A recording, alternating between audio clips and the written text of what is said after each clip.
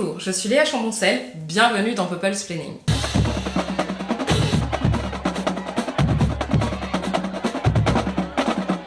Le 17 novembre dernier, les parlementaires ont adopté le projet de loi portant mesures d'urgence en vue du plein emploi, qui ouvre la voie à une nouvelle réforme de l'assurance chômage en 2023.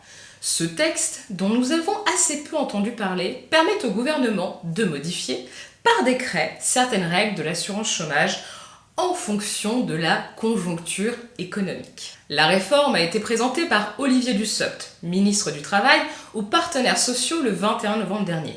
Nous connaissons donc désormais les contours de ce projet qui prévoit la modulation de l'indemnisation chômage selon la conjoncture économique. Plus concrètement, à partir du 1er février 2023, toutes les nouvelles demandeuses et tous les nouveaux demandeurs d'emploi verront leur durée d'indemnisation abaissée de 25% par rapport au système actuel qui prévoit qu'un jour cotisé correspond à un jour indemnisé. Cette réduction de la durée de l'indemnisation sera prévue lorsque le taux de chômage sera en dessous des 9%, comme c'est actuellement le cas aujourd'hui avec 7,3%.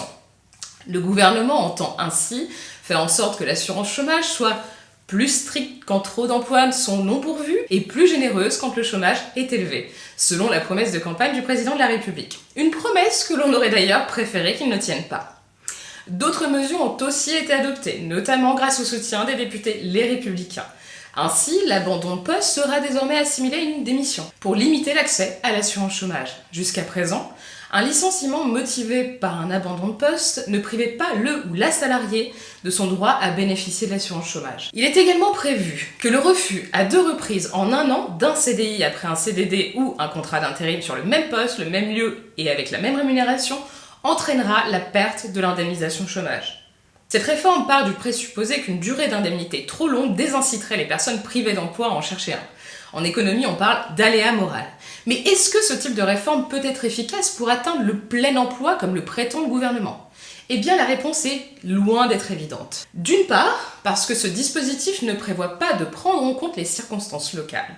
Ainsi, si le taux de chômage national passe en dessous de la barre des 9%, vos indemnités seront réduites dans le temps, même si vous êtes dans une zone géographique où le taux de chômage est plus élevé. D'autre part, parce que réduire la période d'indemnisation correspond aussi à réduire le temps dont les personnes privées d'emploi ont pour se former, avec les risques de les enfermer dans une espèce de trappe à sous-qualification.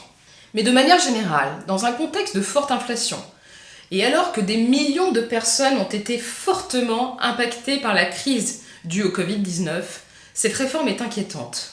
Car, comme le soulignent les organisations qui ont appelé à manifester contre cette réforme, des millions de personnes risquent de sombrer dans la misère. Notons d'ailleurs que les femmes seront parmi les premières sacrifiées avec cette réforme. Elles sont beaucoup plus nombreuses à occuper des postes à temps partiel et à enchaîner les CDD, ce qui implique en principe des périodes chômées entre 2 emplois. Elles seront ainsi plus impactées par la réduction de leur période d'indemnisation. Encore une mesure surprenante dans un pays où l'égalité femmes-hommes est pourtant la grande cause. Enfin, il est important de rappeler que seulement une personne privée d'emploi sur 3 est indemnisée, et qu'un tiers des personnes pouvant prétendre à l'assurance chômage n'y recourent pas. Ce sont donc entre 390 000 et 690 000 personnes qui renoncent à leurs droits. Merci d'avoir regardé cette vidéo, n'hésitez pas à la commenter, à partager et à vous abonner à ma chaîne. A bientôt dans People's Planning.